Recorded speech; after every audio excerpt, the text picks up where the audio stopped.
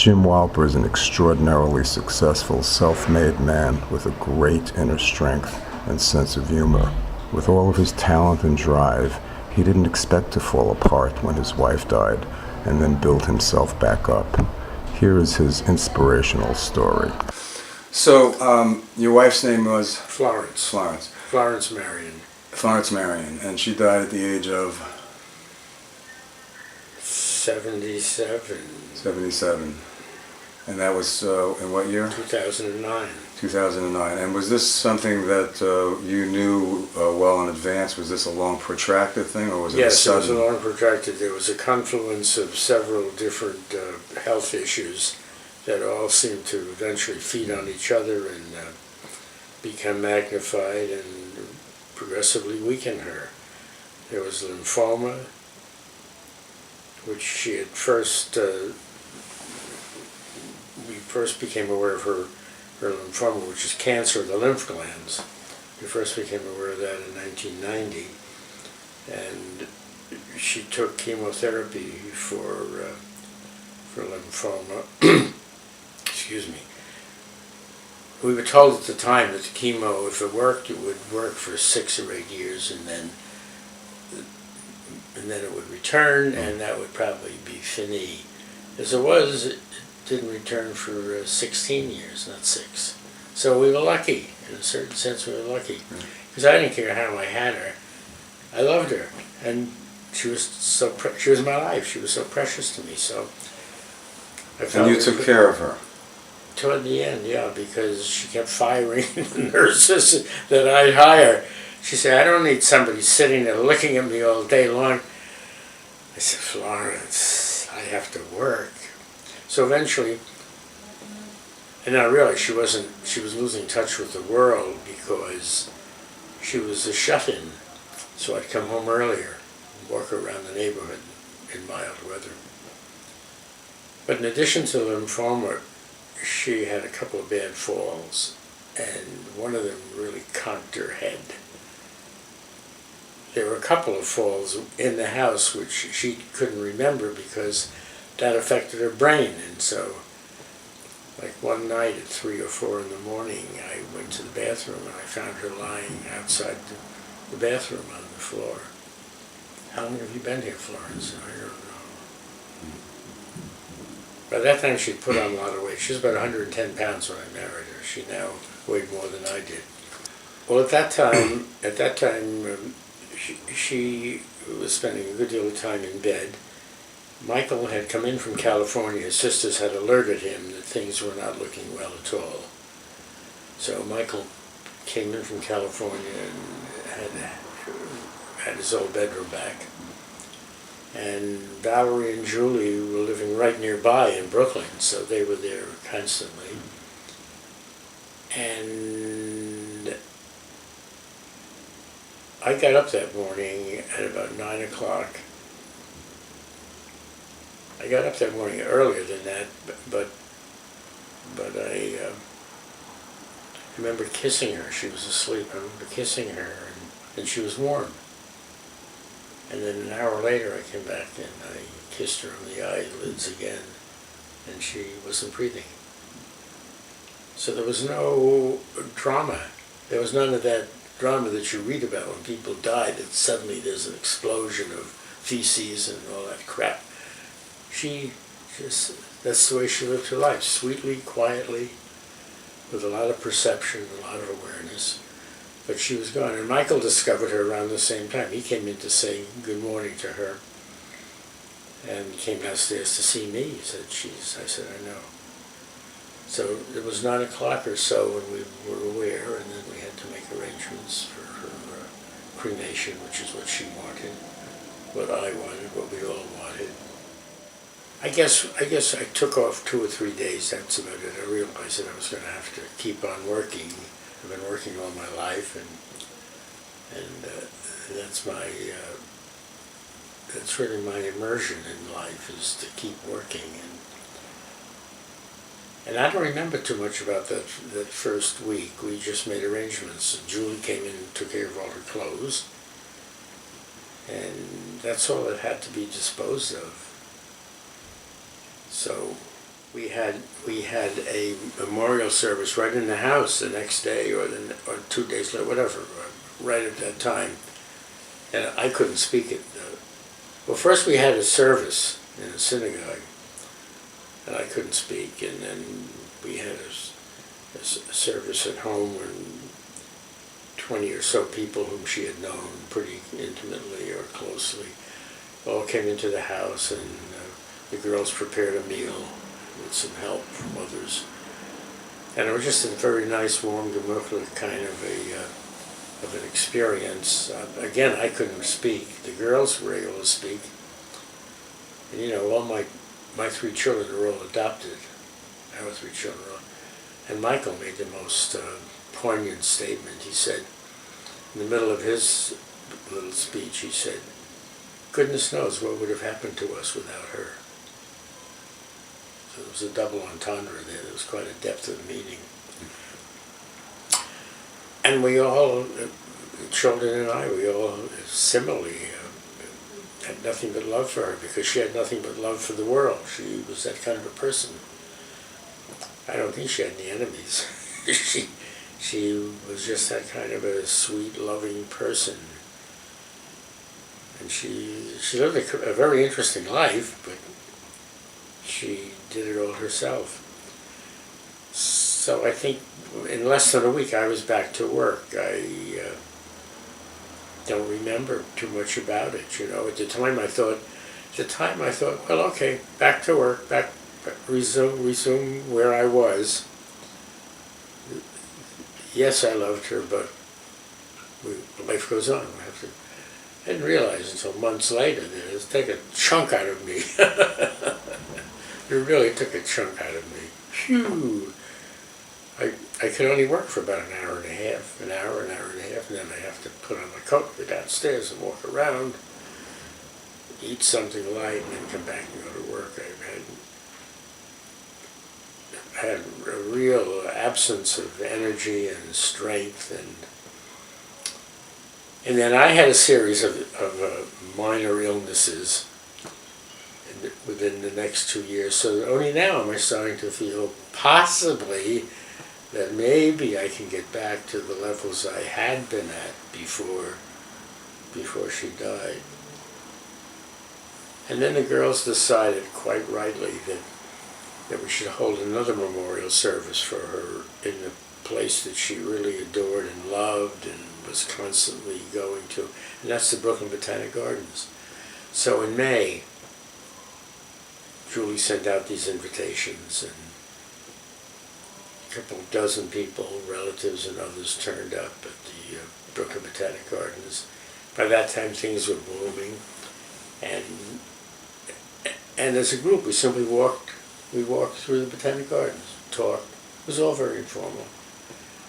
And then I think we met later that day at a restaurant. We all had a meal together. It was a very lovely kind of an idea, you know, because it wasn't stilted, there was no preparation for it. We all knew that she adored this place, and she had gotten the children used to the Botanic Gardens. I mean, how many people in New York go to the Botanic Gardens regularly and find a way of communing with nature, absorbing the beauties of nature? But she did. She absorbed beauty throughout the world. And she acquainted me with so many different aspects of art, and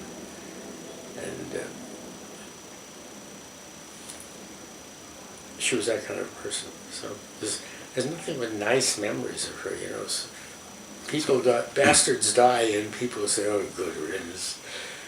Boy, am I happy. Now I can go out and... I didn't feel anything like that. We've all been through... she got it. We had a lot of difficulties. Us relating to the children, the rebellious ages, when they were at their rebellious ages. And so we were all in therapy of different kinds. Florence and me and one of the children, 3 of the children and me, 3 of the children and Florence, that sort of thing. We went in different combinations. We had some very good therapists, and I thought it was an enormously enriching experience, because none of them are geniuses. None of them can tell you what you need to know that you don't know, but they all lead you to something. They all give you tools. They all open up with their own experiences. They all contribute insights. So, talking about her and missing her, it wasn't like something was bottled up and suddenly there was a lot of tears. We knew she was going to die. She had gradually become immobile, and it was just a question of when. I mean, the traumatic brain injury really, succession of falls, including her head. I guess there were other illnesses too, but it all seemed to come together at the same time. So we had no difficulty communicating with each other. We were close in a beautiful and loving kind of way before, and it only intensified afterwards. And the girls were really great. We were all nuts about each other. It was she created it, as far as I'm concerned. I understand from other people that I'm credited with a lot of that, but I think she did it. She set the tone. I just kept working, and I would have to leave early because I had these various illnesses that afflicted me shortly thereafter. So all of that conspired to make it pretty clear to me that I would have to leave work early, 2 o'clock, 3 o'clock, something like that. And that's how I coped with it. I just came home early, ate something, went to sleep, slept till midnight, get up, eat something, go back to sleep. So I was doing a lot of sleeping. But I was able to continue the thread of my activities, my work activities. I couldn't take my midday 40-minute walk any longer. I didn't have that kind of strength or energy. But I made do that way, and slowly things are getting better now. It's been 4 years. I guess I've always spent a lot of time alone. I've always pursued activities as I was going to say as a single person.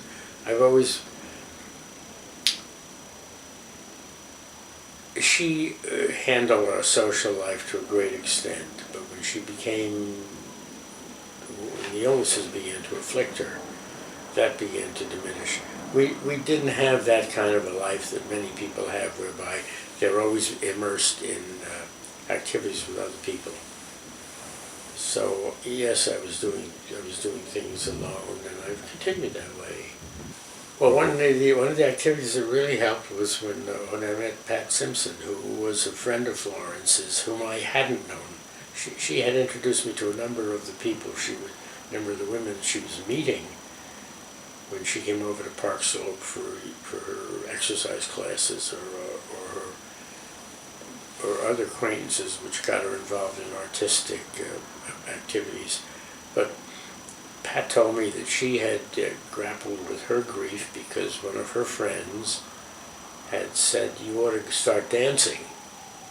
It's a way of meeting people and it's a delightful activity." And I'd always enjoyed dancing.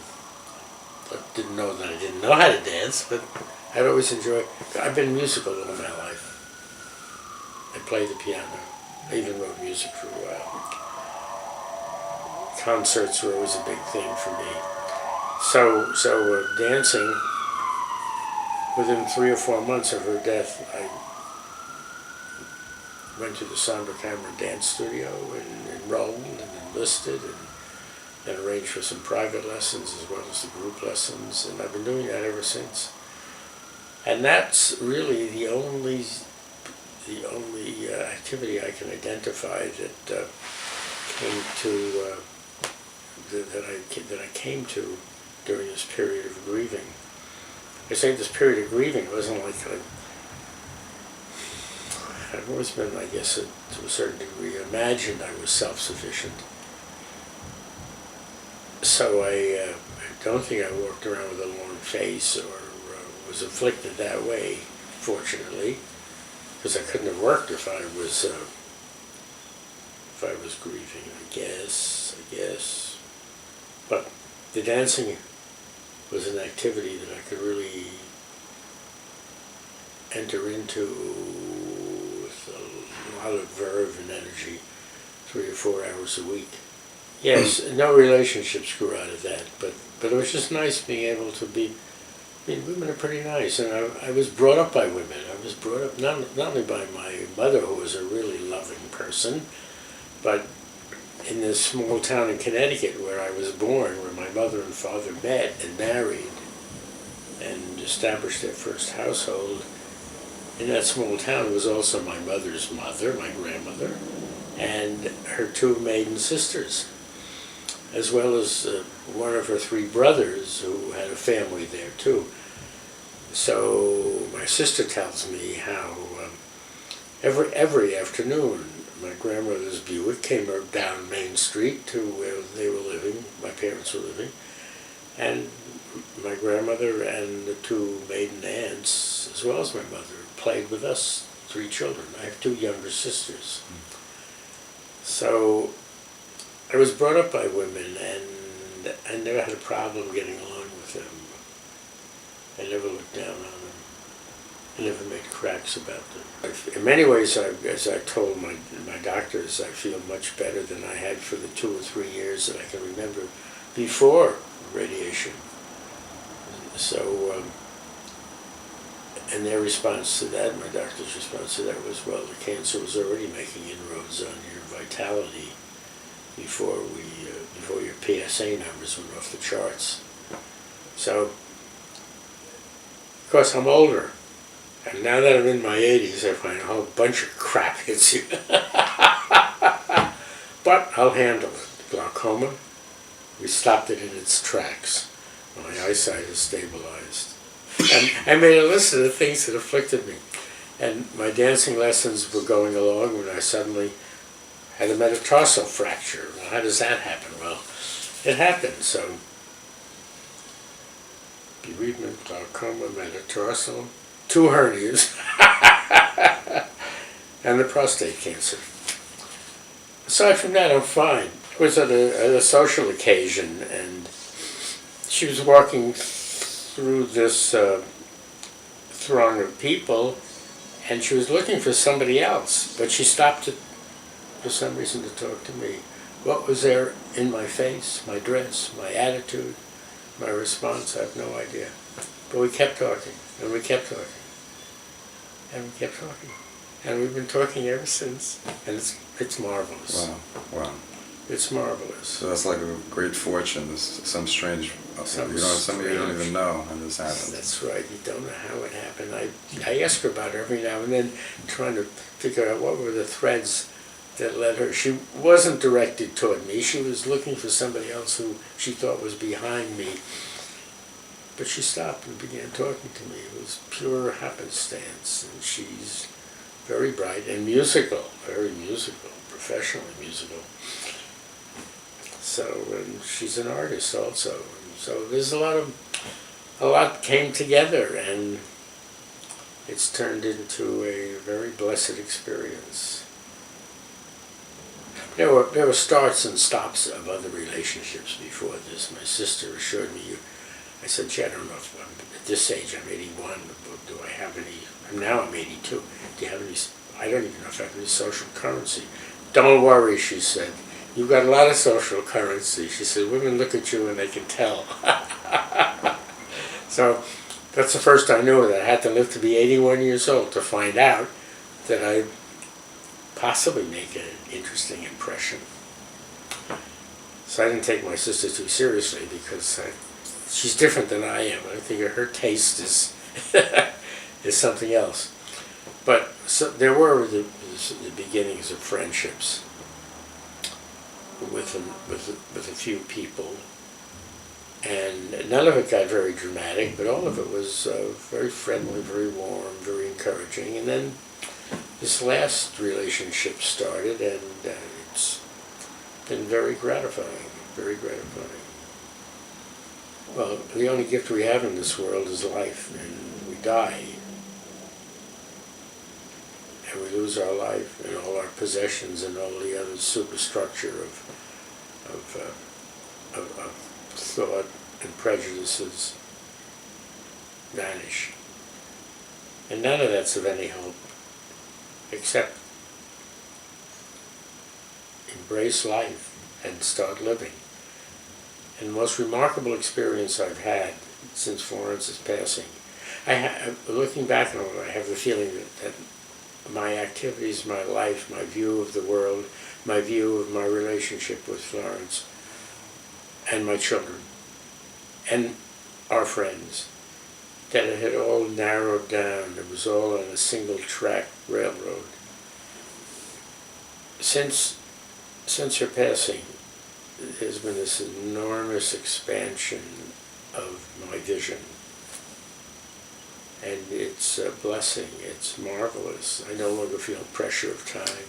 I no longer feel pressure of money. I no longer feel a lot of pressures. But that's only one aspect of it. There's this feeling that other wonderful things will continue to happen. I've always believed that. Why? I don't have the slightest idea. But I've been lucky. I think I've been lucky all my life. And so I go forward with that feeling. And I don't pay attention to nutballs and screwballs and vicious people and bad people. Somehow my horizons, my perspectives have opened up immeasurably. It's all indefinable.